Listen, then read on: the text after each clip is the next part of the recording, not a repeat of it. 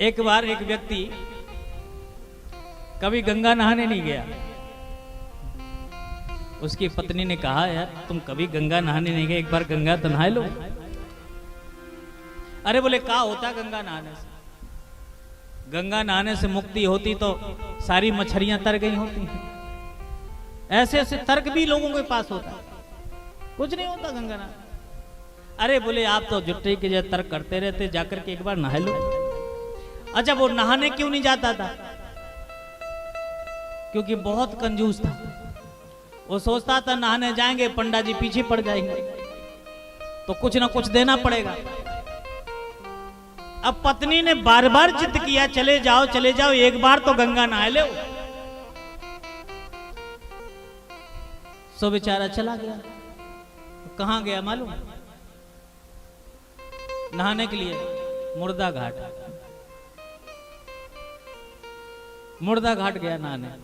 चारों तरफ देखा, सुनसान, कोई नहीं दिखाई दे रहा था। सो उसने फट से गंगा जी में घुसा और डुबकी लगा। भगवान को कुछ सूझा, सो भगवान पंडा बन के खड़े हो गए आके घाट में। और जैसे ही वो डुबकी लगा के ऊपर निकला, सो भगवान खड़े, बोले जय हो जजमान की। वो घबराया, हे भगवान यहां भी चले आए? बोले आप? बोले हाँ महाराज, इस घाट में हम ही रहते हैं केवल। भगवान बोले, और कोई तुम्हारे जैसा जजमान आ जाता, साल 6 महीना के खट्टा दे के चला जाता। हर कोई तो यहां आता नहीं नहाने। आप जैसा कोई जजमान साल 6 महीना में आता है एक आदमी, तो पूरे साल 6 महीना की व्यवस्था कर देता है। अब वो घबराया, बोले अरे ये साल 6 महीना हम नहीं करेंगे। अच्छा ठीक है, तो 2 ही महीना की व्यवस्था कर दो। अरे बोले, आप 2 की बात करते हो, हम 1 दिन की नहीं करेंगे। पंडा जी बोले, करना तो पड़ेगा भाई। बोले 2 दिन की नहीं, अच्छा 1 दिन की। अरे बोले नहीं, चलो ठीक 500 रुपए दे दो। 100 पे उतर आए भगवान। बाद में जब नहीं रहा गया तो बोले 1 ढेला देंगे, वो भी उधार। 1 ढेला, और वो भी अभी नगद नहीं, उधार। उसने सोचा उधार लगा देंगे तो 1 ढेला लेने कौन आएगा, उतना तो किराया लग जाएगा। अच्छा, भगवान भी बड़े विचित्र। पंडा जी पहुंचने की देरी नहीं भाई, पीछे से पहुंच गए। कुंडी खटखटाई, जजमान की जय हो। पत्नी आई। कौन? बोले आपके पतिदेव मेरे जजमान हैं, अभी गंगा नहा के आए हैं, और 1 ढेला का संकल्प लेकर के उधार करके आए हैं, वही लेने आए हैं। सो वो दौड़ी दौड़ी पति के पास पहुंची। क्यों जी, पंडा जी को 1 ढेला उधार दे के आए हो क्या? बोले हाँ। बोले आ गए पंडित जी। वो बोला कह दो बीमार हैं। पत्नी बोली कि वो बीमार है। भगवान बने पंडा वेश में, बोले अरे राम राम राम राम, मेरा जजमान बीमार। अब जब तक ठीक नहीं हो जाएंगे तब तक हम कैसे छोड़ के जा सकते हैं? हमारा आखिरकार जजमान जो है। ऐसा करो तुम दाल रोटी की व्यवस्था बना दो, मैं जब तक ठीक नहीं हो जाते हैं मेरा जजमान तब तक यहीं रहेंगे। पत्नी बोली, वो तो कह रहे कि जब तक आप ठीक नहीं होगे तब तक नहीं जाएंगे, यहीं रहेंगे। बोले कह दो मर गए।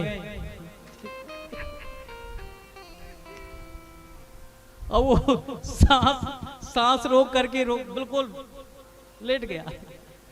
पत्नी रोती हुई आई, बोली क्या करे, वो तो मर गए।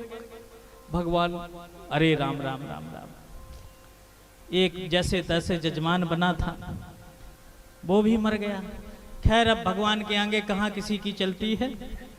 एक काम करो, अब तुम स्त्री होकर के कहाँ किसको बोलोगी, हम ही पूरे गांव में बोले आते हैं। अब भगवान ने नाना रूप बना करके पूरे गांव में डिटोला फिर दिए, फलाने भैया मर गए। और गांव के सारे लोग इकट्ठा हो। अब वो ठटरी लिया करके रखी, उसको लिया के उसमें बांधने लगे। अब वो सांस बंद करके बिल्कुल हिले डुले। अब उसकी पत्नी कहे ये नहीं मरे, जिंदा है। अब लोग कहें बहन ये तो सब कोई ऐसा ही बोलता है, लेकिन अब वो तो चले बस, वो तो गए। वो कह रहे नहीं मरे, हम जानते हैं। वो झूठ झूठ सो रहे हैं। दुनिया वाले लोग समझाएं बहन अब धैर्य धारण करो, अब तो वो इस दुनिया में नहीं रहे। ये तो सबकी वृत्ति ऐसी होती, कहाँ किसी को लगता है अब छोड़ के, लेकिन अब तो वो चले गए। और वो इतना ढीठ कि उसमें पार्टी में बंध गया ठटरी में, और लोग लेकर के मरघट पहुंच गए। अर्थी में उसको सजा दिए, फिर भी वो टस से मस ना हो। आग लगने की जैसी बारी आई, पंडा बने भगवान बोले एक काम करो, मेरा जजमान था, थोड़ा रोको, मंत्र फूंक दे कान में। अब तो चला तो गया ही बेचारा, मंत्र ही फूंक दे। सो कान में भगवान ने मंत्र फूंका। क्या बोले? भैया हम भगवान हैं, तुम्हारे से नाता जोड़ने आए थे। आए रहे बैकुंठ से तुम हित नाता जोड़। तुमसे नाता जोड़ने आए थे। हम भगवान हैं। जैसे भगवान सुना सो उसने धीरे से आंख खोली, और आंख खोली सो देखा वही पंडा जी जो घाट पे दिखाई दिए थे वही खड़े। तो फिर उसने आंख खोली, फिर जसका भगवान बोले हम तुमसे आ रहे प्रभु, आए रहे बैकुंठ से तुम हित नाता जोड़, और मांग ले वो वरदान कछु, कुछ वरदान मांग लो। तो बोले अगर वरदान देना चाहते हो तो धेला देवो छोड़। बोले वरदान देना चाहे तो ये देना छोड़ दो महाराज बस। अब बोलो ऐसे लोगों के सामने भगवान भी हार जाते हैं। ऐसे ऐसे लोग पड़े